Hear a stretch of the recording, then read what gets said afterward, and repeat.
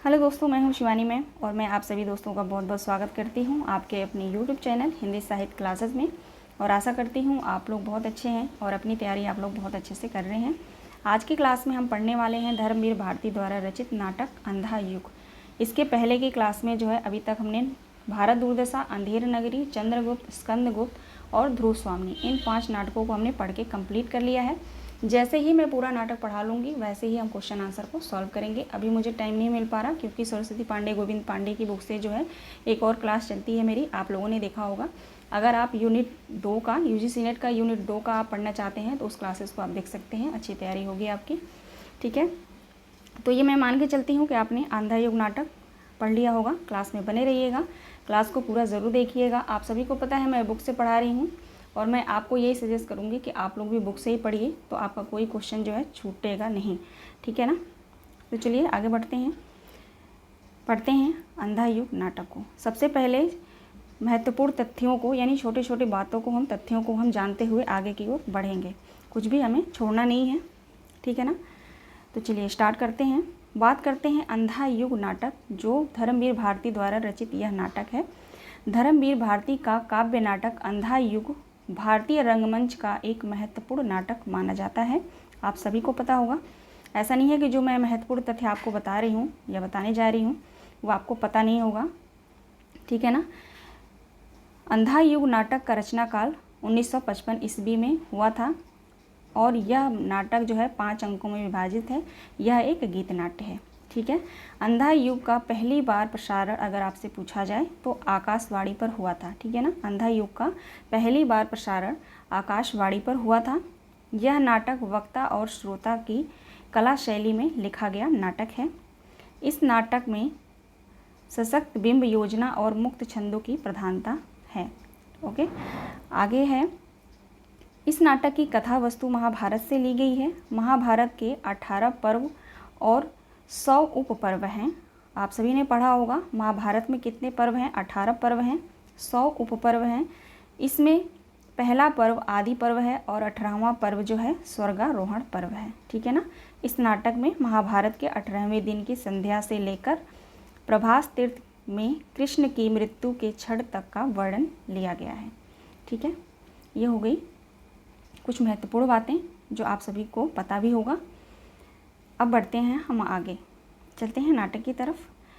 अंधा युग 1955 ईस्वी में रचना काल है इसका, आप सभी जानते हैं।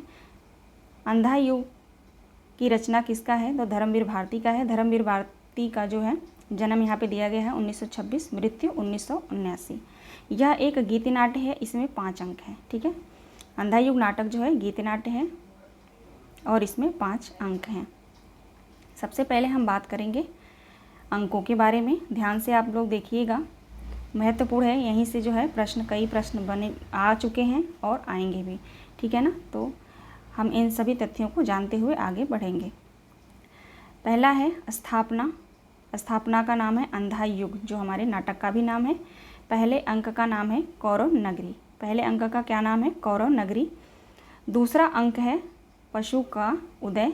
तीसरा अंक है अश्वत्थामा का अर्ध सत्य। ठीक है, अब देखते हैं अंतराल।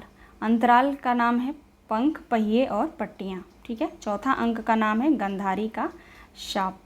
पांचवें अंक का नाम है विजय एक क्रमिक आत्महत्या। ठीक है, ये तो हो गया अंक की बात। यहाँ पे आप इसको ध्यान रखिएगा, स्थापना का नाम अंधा युग, अंतराल का नाम पंख, पहिए और पट्टियाँ। ठीक है, ये दोनों जो है आप नाम याद रखिएगा। एक और है नीचे यहाँ पे समापन। समापन का नाम है प्रभु की मृत्यु। ठीक है ना, समापन का क्या नाम है, प्रभु की मृत्यु। बिल्कुल आप जो जैसे ये लाइन से मैंने यहाँ पे मेंशन किया है वैसे ही लाइन बाय लाइन आप याद रखिएगा, इधर उधर कोई भी मिस मत करिएगा। ठीक है ना, बिल्कुल लाइन से याद होना चाहिए, क्योंकि मिलान के लिए भी क्वेश्चन आता है तो आपको पता होना चाहिए। अब हम चलेंगे अंधा युग नाटक के सभी पात्रों की तरफ। ठीक है, सभी पात्रों को नाम जानेंगे हम। सबसे पहला पात्र है अश्वत्थामा। ऐसे ही बुक में दिया है, जैसे बुक में दिया है मैं वैसे ही आप लोगों को पढ़ा रही हूँ। ठीक है ना, वैसे ही मैंने पीडीएफ तैयार किया है। सबसे पहला पात्र है अश्वत्थामा। गांधारी, धृतराष्ट्र, कीर्तिवर्मा, संजय, वृद्धयाचक, प्रहरी 1, व्यास, विदुर, युधिष्ठिर, कृपाचार्य, युयुत्सु, गूंगा भिखारी, प्रहरी 2 और बलराम। यहाँ पे एक कृष्ण है, यहाँ पे व्यास के बाद कृष्ण है। यहाँ पे थोड़ा PDF बनाते समय जो है नीचे चला गया है, ध्यान रखिएगा आप लोग। कृष्ण भी पात्र हैं, ठीक है ना। तो पात्रों के नाम आप ध्यान रखेंगे। इसमें खास बात ये है कि इस नाटक में जो है स्त्री पात्र केवल एक ही है, ठीक है ना। इस बात का आप लोग खास करके ध्यान रखेंगे। अब हम पढ़ेंगे, चलेंगे अंधा युग नाटक के विषय वस्तु। आपके पास बुक होगा तो आप देखिएगा, मिलाइएगा। जो है अंधा युग नाटक की विषय वस्तु यहाँ पे जो है दिया गया है। घटना काल देखते हैं। घटना काल है महाभारत के 18वें दिन की संध्या से लेकर प्रभास तीर्थ में कृष्ण की मृत्यु के क्षण तक, जो मैंने आपको पहले भी बताया, ठीक है। अब जैसे ही आप बुक ओपन करेंगे तो उसके पहले ही, यानी अंक से पहले ही आपको जो है अंधा युग नाटक का भूमिका दिया गया है, जो स्वयं धर्मवीर भारती ने लिखा है। तो आप सभी जानते हैं कि अगर कोई भी नाटक आप पढ़ रहे हैं, अगर आप भूमिका दिया हुआ है तो उस भूमिका को आप ज़रूर पढ़ लीजिएगा। मोस्ट इम्पोर्टेंट होता है, ठीक है ना। उसको बिना पढ़े आप आगे मत बढ़िएगा, ठीक है ना। अब हम देखते हैं धर्मवीर भारती द्वारा लिखा गया अंधा युग नाटक की भूमिका।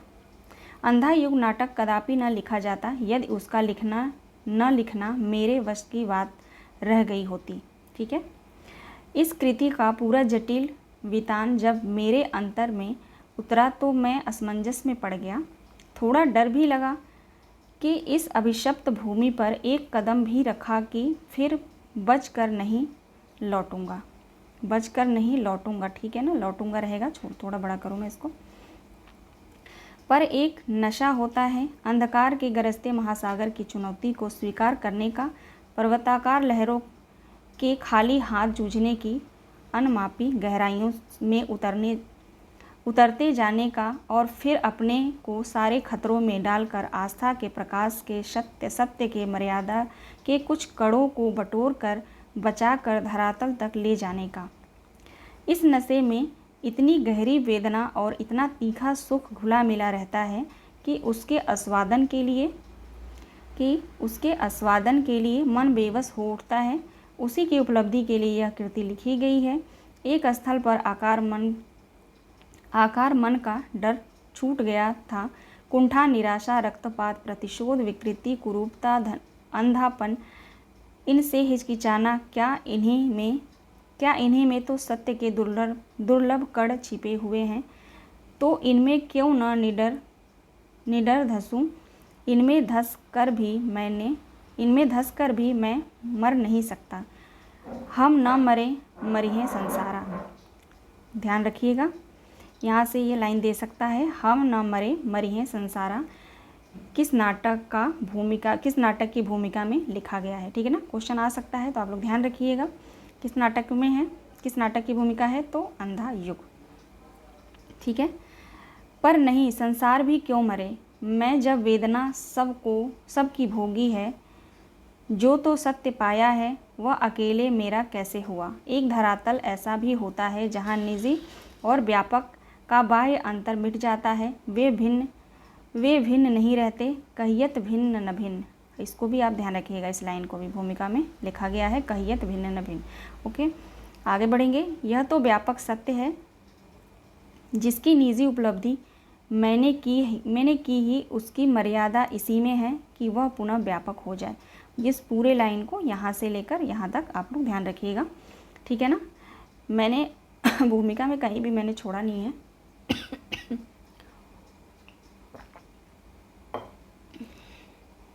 सॉरी। तो आप लोग भूमिका पढ़ लीजिएगा, आपके पास बुक है तो वहाँ से भी पढ़ सकते हैं, ठीक है। अब हम देखते हैं स्थापना का नाम है अंधा युग। नेपथ्य से उद्घोषणा तथा मंच पर नर्तक के द्वारा उपयुक्त भाव नाट्य का प्रदर्शन, शंख ध्वनि के साथ पर्दा खुलता है तथा मंगलाचरण के साथ साथ नर्तक नमस्कार मुद्रा प्रदर्शित करता है। उद्घोषणा के साथ साथ उसकी मुद्राएं बदलती जाती हैं, ठीक है। अब हम आएंगे मंगलाचरण। जैसे ही आप स्थापना देखते हैं बुक में, तो वहाँ पे दिया गया स्थापना का नाम अंधा युग, उसके बाद आता है मंगलाचरण, जो कि मोस्ट इम्पोर्टेंट है। आप लोग मंगलाचरण को ध्यान रखिएगा। किसी भी नाटक का मंगलाचरण अगर दिया है तो सबसे पहले आप उसको याद कर लीजिएगा, ठीक है। यहाँ से क्वेश्चन आता है, अब 2 लाइन या 1 लाइन देकर पूछ सकता है, जैसे नारायणम नमस्कृत्य नरम चैव नरोत्तरम देवीम सरस्वतीम व्यासम ततो जय मुदीय रेत। ठीक है, अब ये दे सकता है और पूछ सकता है कि किस नाटक का मंगलाचरण है। ठीक है ना, तो इसलिए आप लोग ध्यान रखिएगा, थोड़ा हम फास्ट चलेंगे। अब है उद्घोषणा। जिस युग का वर्णन इस कृति में है उसके विषय में विष्णु पुराण में कहा गया है, तत् इश्चानु दिन मल्लापल्प हास। ठीक है, इस लाइन को आप याद रखिएगा, संस्कृत में दिया गया है। ठीक है ना, अब आगे बढ़ेंगे। यहाँ पे जो है ये आप लोग पढ़ लीजिएगा। ठीक है, पूरा पेज मैंने लिया है, जो भी यहाँ पे जो उद्घोषणा में मंगलाचरण उद्घोषणा में जो यहाँ पे दिया गया है। ठीक है ना, याद कर लीजिएगा आप, ये इस लाइन को आप ज़रूर याद करिएगा। एवं चाति लुब्धक राजा सहास्लय लाना मंद द्रोणी प्रजा संतृप्तवंती। ठीक है, यहाँ से यहाँ तक आप लोग याद रखिएगा इसको। अब हम बढ़ेंगे आगे। अब हम आएंगे पहले अंक पे। पहले अंक का क्या नाम है? कौरव नगरी। ठीक है ना, आप ध्यान रखिएगा, पहले अंक का क्या नाम है? कौरव नगरी। कथा गायन, सबसे पहले आप कोई भी अंक इस नाटक में कोई भी अंक आप पढ़ेंगे, सबसे पहले कथा गायन दिया गया है, या पहले नहीं तो बीच बीच में कथा गायन दिया गया है जो महत्वपूर्ण है। ठीक है ना, उसको हम देखते चलेंगे। कथा गायन है, टुकड़े टुकड़े हो बिखर चुकी मर्यादा उसको दोनों ही पक्षों ने तोड़ा है। पांडव के कुछ कम, कौरव ने कुछ ज़्यादा, यह रक्तपात अब तक समाप्त होना है।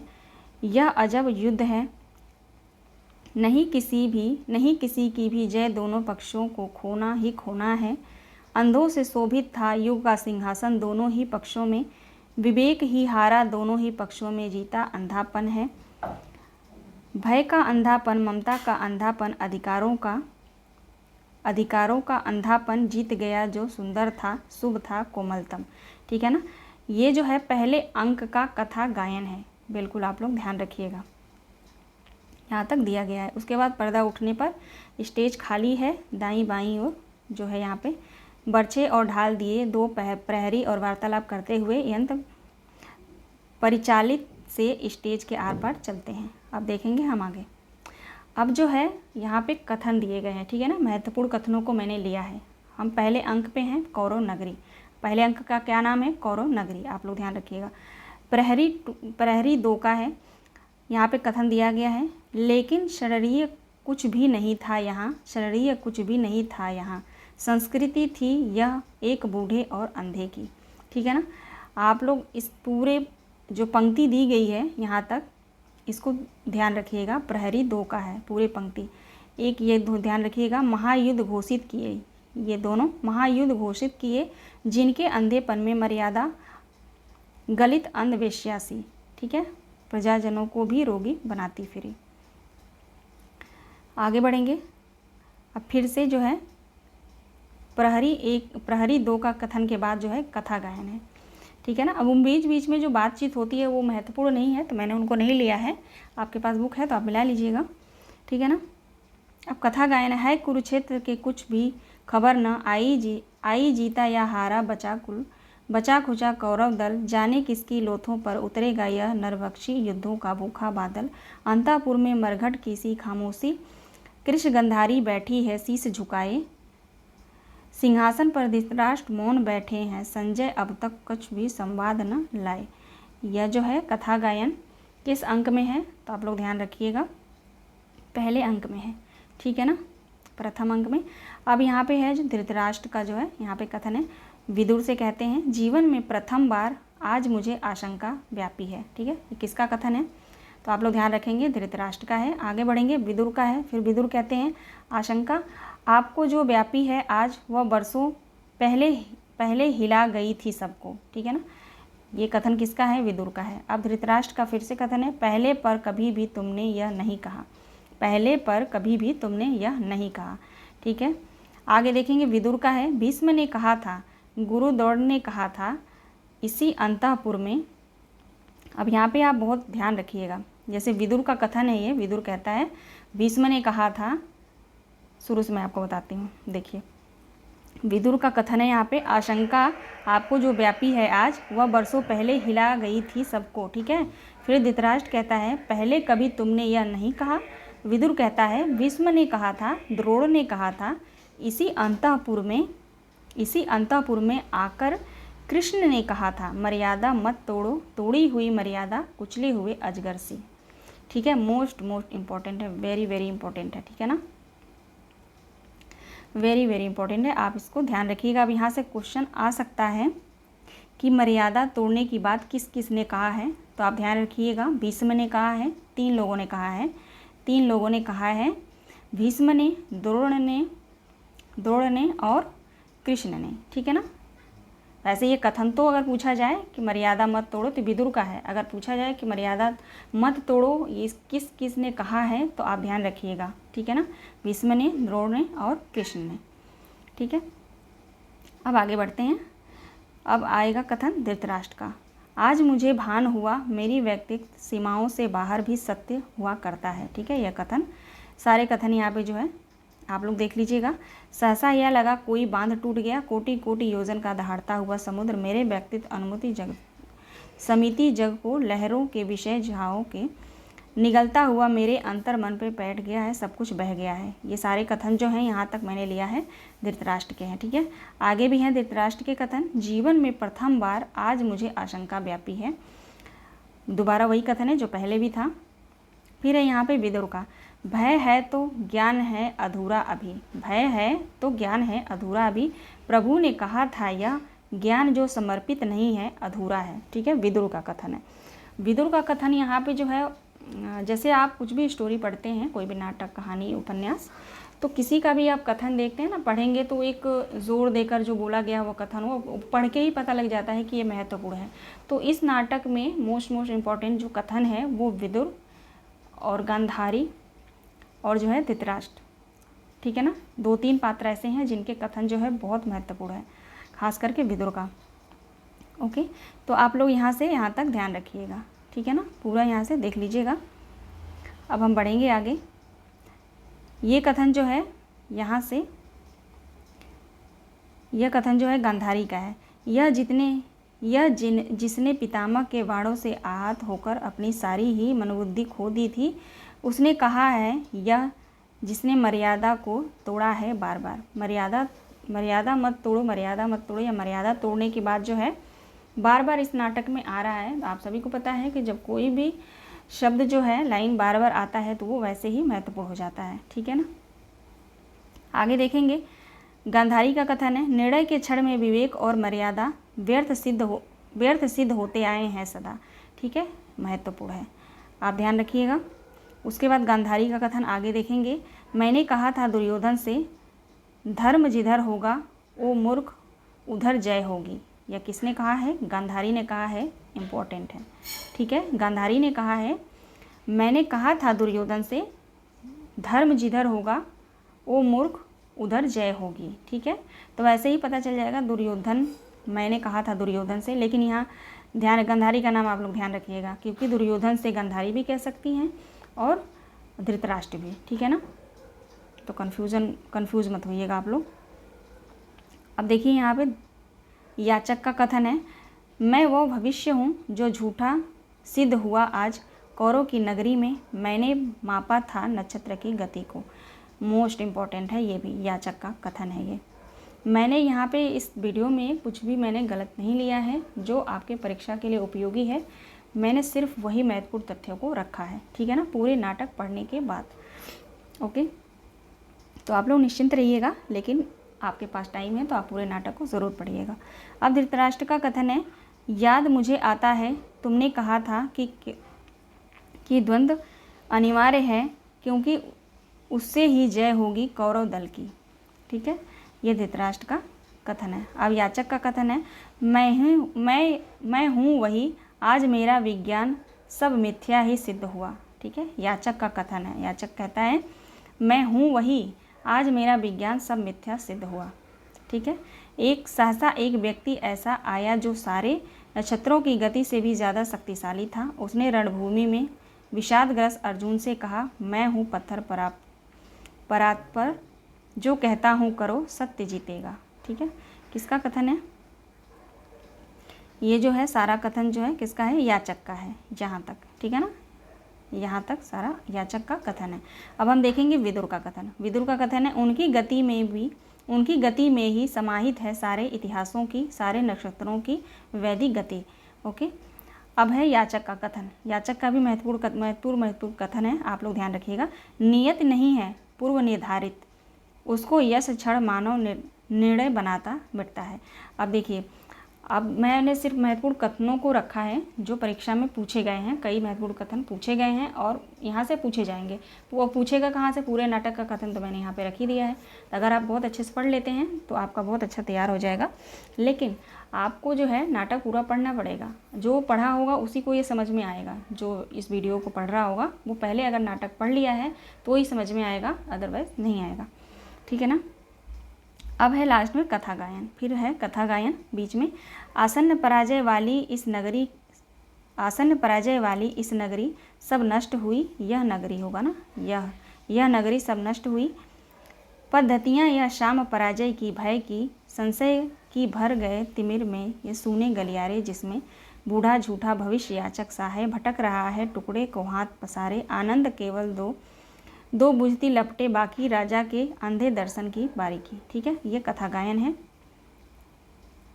सारे कथा गायन को आप लोग पढ़ लीजिएगा, ठीक है। अब हम चलेंगे दूसरे अंक पे। दूसरे अंक पे हम चलेंगे। अब दूसरे अंक का नाम है पशु का उदय, ठीक है ना। दूसरे अंक का क्या नाम है? पशु का उदय। कथा गायन है सबसे पहले। जब मैंने आपको बताया कथा गायन स्टार्टिंग में भी है, बीच बीच में है, जिनको हम पढ़ते चलेंगे, देखते चलेंगे। देखते हैं कथा गायन को। संजय तट अस्त्रदृष्टा शब्दों का शिल्पी है, पर वह भी भटक गया असमंजस के वन में। दायित्व गहन, भाषा अपूर्ण, श्रोता अंधे, सत्य वही देगा जिनको उनको संकट क्षण में। वह संजय भी, ठीक है। यह कथा गायन है, आप लोग देख लेंगे। उसके बाद जो है पर्दा उठने पर वन पथ का दृश्य, कोई योद्धा बंगला में अस्त्र रखकर वस्त्र के मुख, छोटा करूँ मैं इसको, वस्त्र से मुख टाप सोया है, संजय का प्रवेश होता है। अब यहाँ से संजय का कथन है। देखिए दूसरे अंक की हम बात कर रहे हैं, ठीक है। संजय का कथन है, भटक गया हूँ मैं जाने किस संकट वन में, पता नहीं कितनी दूर हस्तिनापुर है, कैसे पहुँचूँगा मैं, जाकर कहूँगा क्या, इस लज्जाजनक पराजय के बाद भी क्यों जीवित बचा हूँ मैं, कैसे कहूँ मैं। ठीक है ना, वेरी वेरी इम्पोर्टेंट है, वेरी वेरी इम्पोर्टेंट है, ठीक है, आप लोग ध्यान रखिएगा। अब चलेंगे हम आगे। अब कीर्ति वर्मा का कथन देखिए। कीर्ति वर्मा का कथन है, डरो मत, मैं हूँ कीर्ति वर्मा, जीवित हो संजय तुम। ठीक है, इन दोनों में बातचीत होती है, तो जो महत्वपूर्ण है मैंने लिया है आप सभी के लिए, सॉरी। कीर्ति वर्मा कहता है, डरो मत, मैं हूँ कीर्ति वर्मा, जीवित हो संजय तुम, पांडव योद्धाओं ने छोड़ दिया जीवित तुम्हें। ठीक है, ये कथन जो है अगर आएगा भी नहीं, अगर आ सकता है तो आप आसानी से पहचान जाएंगे कि कीर्ति वर्मा का है, लेकिन ये नाम देकर जो है शायद ही यहाँ से पूछे। जीवित हो संजय तुम, पांडव योद्धाओं ने छोड़ दिया जीवित तुम्हें, ये यहाँ से दे सकता है, ठीक है ना, ध्यान रखिएगा। अब है संजय का कथन, जीवित हूँ आज सब कोसों तक फैली हुई धरती को पाट दिया अर्जुन ने, किंतु कहाँ व्यास ने, मरेगा नहीं संजय अद्वंत। ठीक है ना, किसने कहा था? व्यास ने कहा था। अब हम देखेंगे यहाँ पे कृपाचार्य का कथन। कृपाचार्य का कथन है, केवल हम तीन आज, मेरे अंदर भी जो शुभ था, कोमलता था, उसकी भ्रूण हत्या युधिष्ठिर के अर्ध सत्य ने कर दी। धर्मराज होकर वह बोले, नर या कुंजर मानव को पशु से। किसका कथन है ये थोड़ा नीचे हो गया है, यहाँ पे कृपाराज का कथन है। ठीक है, आगे बढ़ेंगे हम। अब यहाँ पे आएगा अश्वत्थामा का कथन, ठीक है। अश्वत्थामा का कथन है यहाँ पे, मातुल मैं योद्धा बनी हूँ, बर्बर पशु हूँ, यह तटस्थ शब्द है, मेरे लिए अंतरहीन, सुन लो यह घोषणा। किसका कथन है यह? अश्वत्थामा का कथन है, ठीक है। फिर संजय का कथन है, मत छोड़ो विनती करता हूँ, मत छोड़ो मुझे, कर दो वध, जाकर अंधों से सत्य कहने की मर्मांत पीड़ा है जो, उससे वह वध ज़्यादा सुखमय है। ठीक है, संजय का कथन है ये। यहाँ पे संजय रहेगा, ठीक है ना, संजय, यहाँ पे संजय कर दिया गया है, टाइपिंग मिस्टेक है। आगे बढ़ेंगे। अब कथन है वृद्ध याचक का। वृद्ध याचक देखिए क्या कहते हैं। आज इस पराजय की वेला में सिद्ध हुआ झूठी सी सारी अनिवार्यता भविष्य की, ठीक है, मोस्ट इम्पॉर्टेंट है। केवल कर्म सत्य है, मानव जो करता है इसी समय उसी में निहित है भविष्य युग युग तक का, ठीक है। ये पूरे लाइन महत्वपूर्ण है, लेकिन पूरे लाइन ना देकर यहाँ से 4 लाइन या 2 लाइन दे सकता है, तो ये सबको आप लोग सब पढ़ लीजिएगा, ठीक है। आगे देखेंगे अश्वत्थामा का कथन है मैंने कभी देखा दुर्योधन की, मैंने अभी देखा दुर्योधन की, जिसमें मस्तक पर, दुर्योधन के मस्तक पर मणिजटित राजाओं की छाया थी, आज उसी मस्तक पर गेंदले पानी की एक चादर है। कौन कहता है? अश्वत्थामा कहता है, ठीक है ना, ध्यान रखिएगा, अश्वत्थामा का कथन है। अब देखते हैं वृद्ध का कथन। मैंने बतलाया था उसको झूठ भविष्य का, अब जाकर उसको बतलाऊंगा वर्तमान के स्वतंत्र कोई भविष्य नहीं, अब भी समय है दुर्योधन, समय अब भी है। ये कौन कहता है? वृद्ध, वृद्ध याचक, ठीक है, यहाँ पे वृद्ध याचक रहेगा, वृद्ध याचक का कथन है। फिर है अश्वत्थामा का कथन वर्तमान में जिसके मैं हूँ वो मेरे प्रति हिंसा है, एक अर्ध सत्य है युधिष्ठिर कि मेरे भविष्य की हत्या कर डाली, किंतु नहीं जीवित रहूँगा मैं, पहले ही मेरे पक्ष में नहीं है निर्धारित भविष्य अगर तो तटस्थ है, ठीक है, अश्वत्थामा का कथन है। आगे अश्वत्थामा का कथन देखेंगे। मैं क्या करूं मातुल, वध मेरे लिए नहीं नीति है, वध मेरे लिए नहीं नीति है, वह है अब मनोग्रंथि इस वध के बाद, ठीक है, ये भी कथन अश्वत्थामा का है।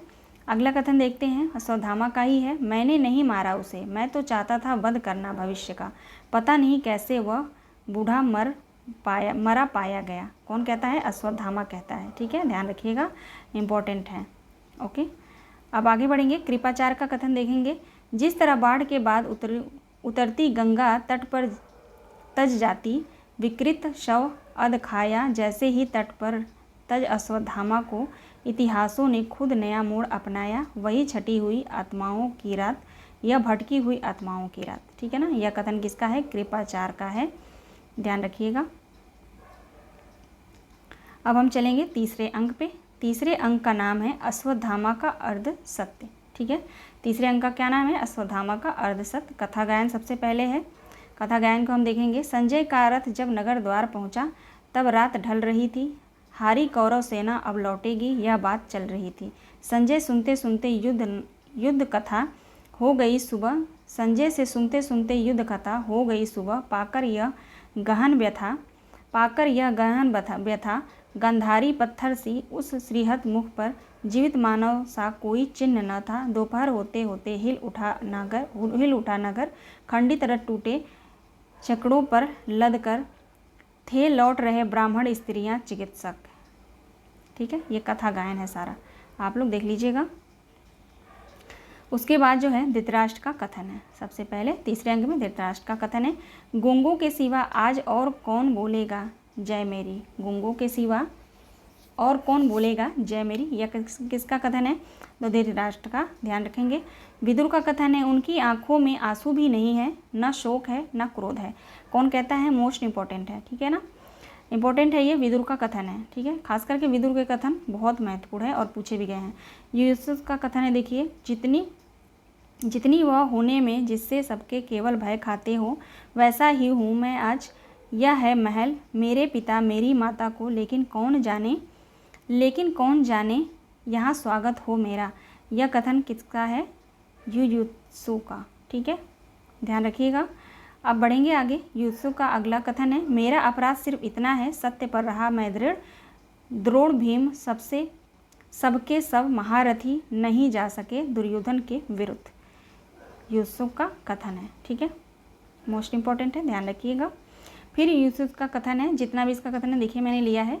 मैं भी यह सह लेता यदि सब उत्श्रृंखला दुर्योधन की, आज मुझे इतनी घृणा तो नहीं मिलती अपने ही परिवार में, ठीक है। कथन किसका है? युयुत्सु का, ठीक है।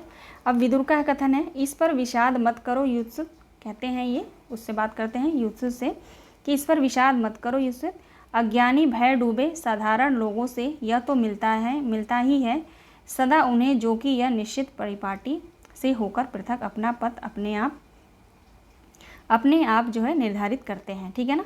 अब ये पूरा कथन ना दे करके जो यहाँ से 2 से 3 लाइन दे सकता है तो मोस्ट इम्पॉर्टेंट है, आप लोग ध्यान रखिएगा।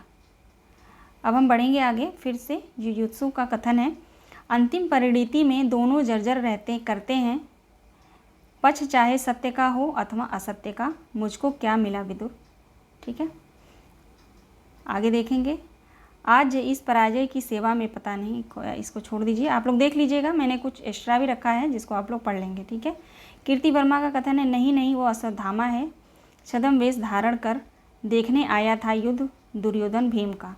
ठीक है, कीर्ति वर्मा का कथन है। अश्वत्थामा का है, तुमने कहा था नरो व कुंजरों की भांति मैं केवल पदाघातों से। ये कथन महत्वपूर्ण है। ठीक है, इसको ध्यान रखिएगा। अब हम चलेंगे अंतराल। अंतराल का क्या नाम है, पंख, पहिए और पट्टियाँ। ठीक है, देखेंगे अंतराल का नाम है पंख, पहिए और पट्टियाँ। इसमें जो है पहले मैं झूठा भविष्य था, बृहद याचक था, अब मैं प्रेतात्मा हूँ। अश्वत्थामा ने मेरा वध कर दिया था। जीवन एक अनवरत प्रवाह और मौत ने मुझे बाँह पकड़कर किनारे खींच लिया था। मैं तटस्थ रूप से किनारे पर खड़ा हूँ। ठीक है, यहाँ पे जो है आप लोग देख लीजिएगा, यहाँ पे अंतराल का जो है यहाँ पे कथन दिया गया है, पंख, पहिए और पट्टरियाँ का। यहाँ से कुछ भी यहाँ पे पूछा जा सकता है 2 या 4 लाइन देकर कि अंधा युग नाटक के किस अंक से है या अंतराल से है। ठीक है ना। अब आगे बढ़ेंगे हम। सॉरी, यहाँ पे मैंने क्या बोला, अंतराल से है, नहीं, ऐसे थोड़ी क्वेश्चन आएगा। यहाँ पे पूछा जा सकता है कि प्रमुख पंक्तियाँ किस नाटक से लिया गया है। ठीक है ना। या तो अंक पूछ सकता है, तो अंक को आप लोग ध्यान रखिएगा। अंतराल जो है, अंतराल का जो नाम है पंख, पहिए और पट्टियाँ, तो अंतराल जो है वो किसके बीच में आया है, ये पूछ सकता है कि किस अंक के बीच में अंतराल आता है, तो तीसरे और चौथे अंक के बीच में। ठीक है ना, ये आप लोग ध्यान रखिएगा, यही मैं कहने की कोशिश कर रही थी कब से। ठीक है, तो आप लोग ध्यान रखिएगा। अब आगे बढ़ेंगे।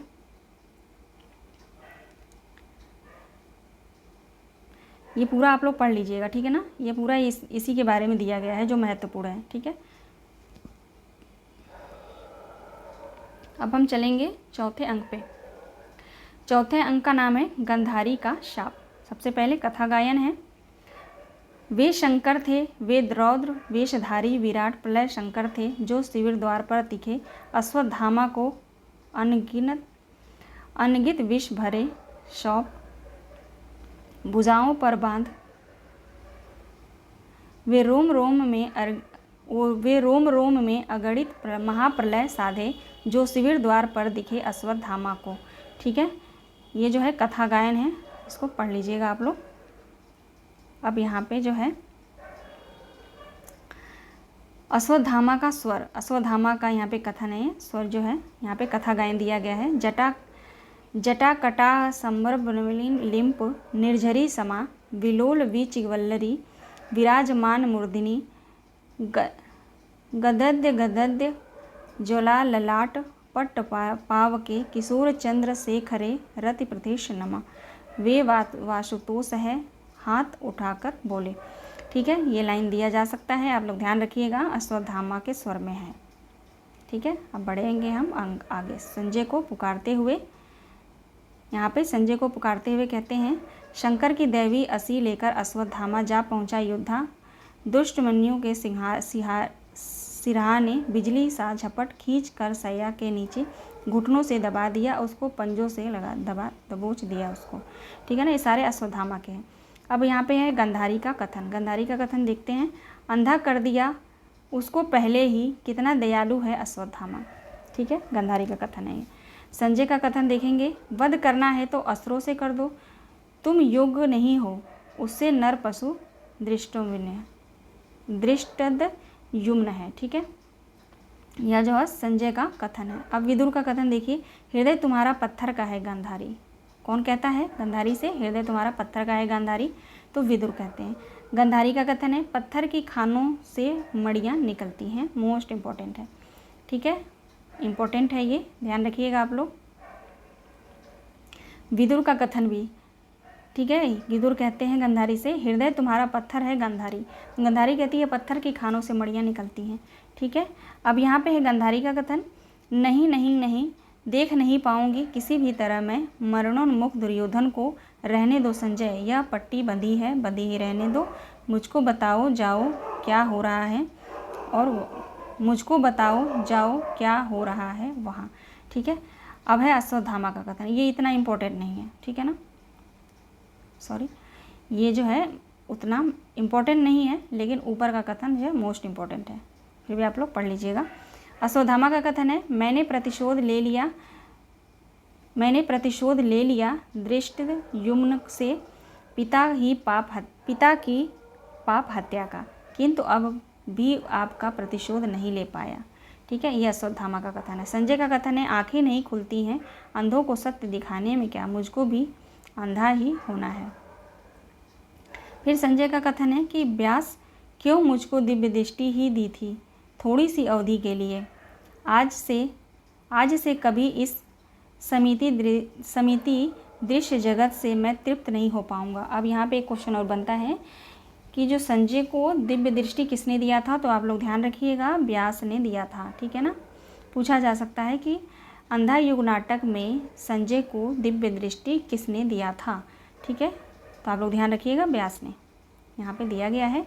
अब है कथा गायन। ठीक है ना, चौथे अंक में कथा गायन देखते हैं। वे छोड़ चले कौरव नगरी को निर्जन, वे छोड़ चले रत्न जटित सिंहासन, किसके पीछे था युद्ध हुआ इतने दिन, सुनी राहें चौराहे का घर आंगन, जिस स्वर्ण कक्ष में रहता था दुर्योधन, उसमें निर्भय वन पशु रहते थे विचरण। ठीक है, कथा गायन है, आप लोग पढ़ लीजिएगा, पूरा कथा गायन आप लोग पढ़ लीजिएगा ज़रूर से। ठीक है ना। अब यहाँ पे देखिए धृतराष्ट्र का कथन है। धृतराष्ट्र का कथन यहाँ पे, वृद्ध है शरीर और जर्जर है चला नहीं जाता, धृतराष्ट्र कहते हैं। अब यूसुफ का कथन है, किसके हैं रथ वे इधर झाड़ी में छुपे छुपे हैं। ठीक है, यूसुफ का ये वाला कथन ज़्यादा इंपॉर्टेंट नहीं है। गंधारी का देखते हैं, और जो वो पुत्र पराक्रमी यशस्वी है संजय चलो यहीं रहने दो यूसुफ को, पुत्र कहीं छिप जाओ प्राण बचाओ, अब तुम ही हो आश्रय अपने अंधे पिता वृद्ध माता के। ये इतना इम्पोर्टेंट नहीं है, चलते हैं आगे। संजय का कथन है, अश्वत्थामा तो बिल्कुल बदला हुआ सा है, वीर नहीं वह तो जैसे भय की प्रतिमूर्ति है, रह रह कांप उठता है, रथ की वलगाएं हाथों से छूट जाती हैं, दूर कहीं शंख ध्वनि बजती है। ठीक है, अब व्यास का कथन है, यह क्या किया अश्वत्थामा नराधम, यह क्या किया, यह किसका कथन है, व्यास का कथन है।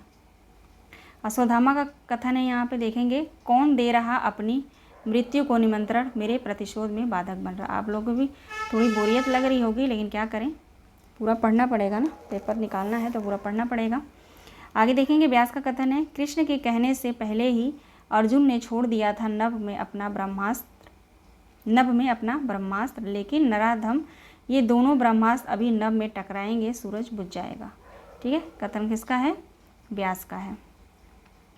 अब यहाँ पे धृतराष्ट्र का कथन आप लोग देख लेंगे, हम बढ़ेंगे आगे। ये सारे कथन आप लोग, विदुर के कथन आप लोग मोस्ट इंपॉर्टेंट है, देख लीजिएगा।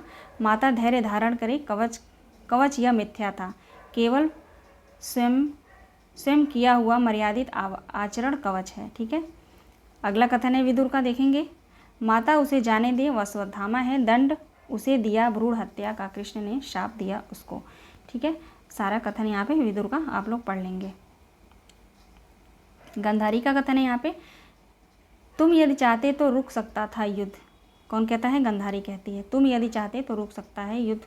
किससे कहती हैं, कृष्ण से कहती हैं। ठीक है, मेरे प्रसव नहीं किया था, मैंने प्रसव नहीं किया था, कंकाल व इंगित पर तुम्हें भी भीम के अधर्म किया, क्यों नहीं तुमने वह शाप दिया भीम को जो तुमने दिया निरपराध अश्वत्थामा को। ठीक है ना, गंधारी कहती है कृष्ण से।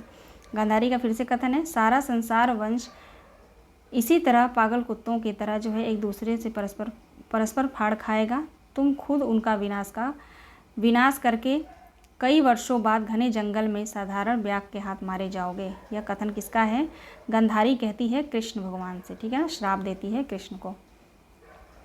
अब यहाँ पे जो है कृष्ण का कथन है, ध्वनि आती है, सारे कहते हैं सारे संसार कर्मों का पाप पुण्य योग क्षेम मैं वहन करूँगा अपने कंधों पर। 18 दिनों के इस भीषण संग्राम में कोई नहीं, केवल मैं ही मरा हूँ करोड़ों बार। जितनी बार जो भी सैनिक भूमिशायी हुआ जब तक मैं जीवित हूँ पुत्रहीना नहीं हो तुम। ठीक है, ये जो कथन है सारे कृष्ण के हैं। अब हम चलेंगे 5वें अंक पे। 5वें अंक का क्या नाम है? विजय एक क्रमिक आत्महत्या। ठीक है, सबसे पहले कथा गायन है 5वें अंक में।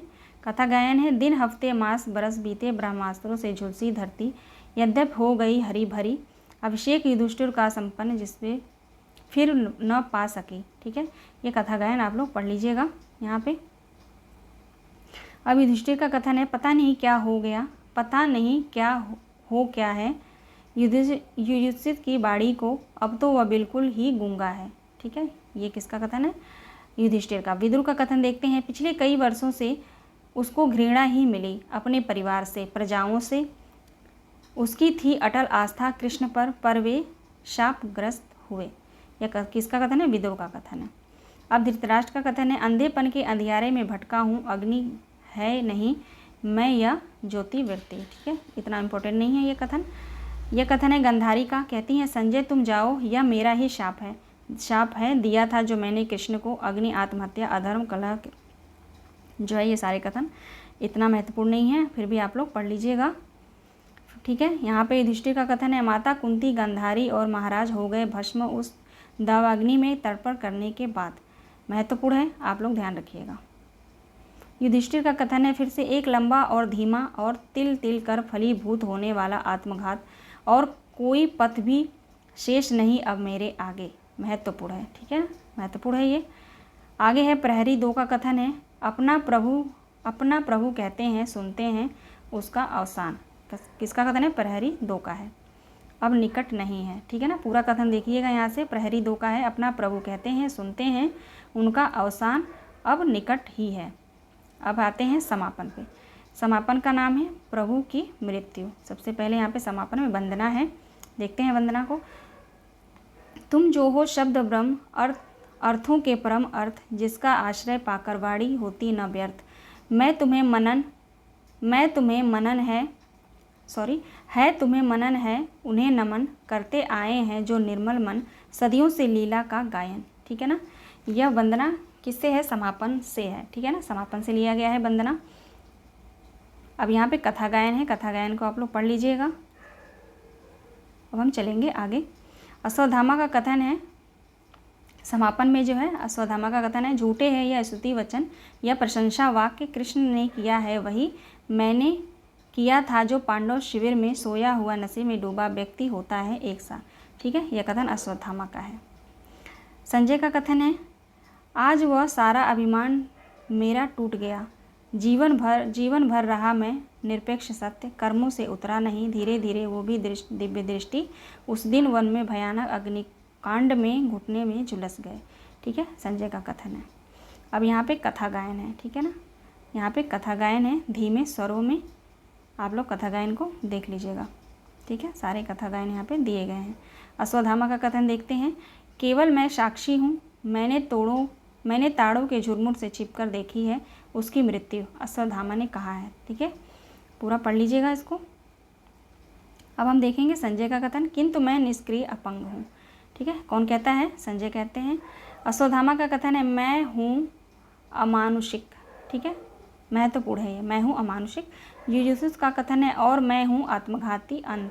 ठीक है, सारे महत्वपूर्ण है। ये एक एक लाइन देकर पूछा जा सकता है कि किसने कहा है। ठीक है ना, मिलान के लिए क्वेश्चन आ सकता है।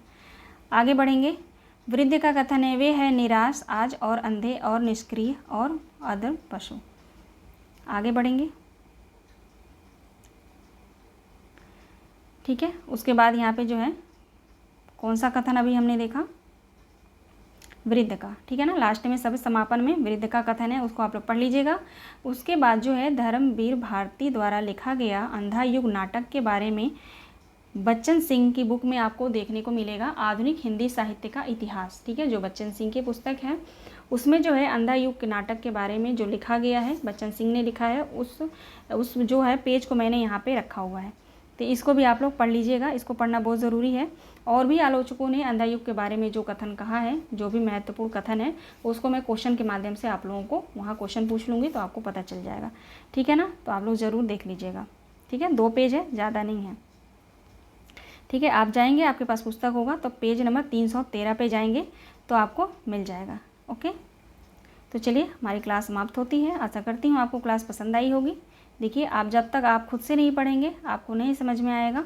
ठीक है ना, तो आप लोग पढ़ते रहिए। कोई भी नाटक जो है एक बार पढ़ के फिर खुद से पढ़ के फिर पढ़िए तो ज़्यादा बेस्ट रहेगा। ओके, तो मिलते हैं नेक्स्ट वीडियो में एक नए नाटक के साथ, एक नए टॉपिक के साथ। ठीक है, आप लोग अपना ध्यान रखिए और पढ़ते रहिए।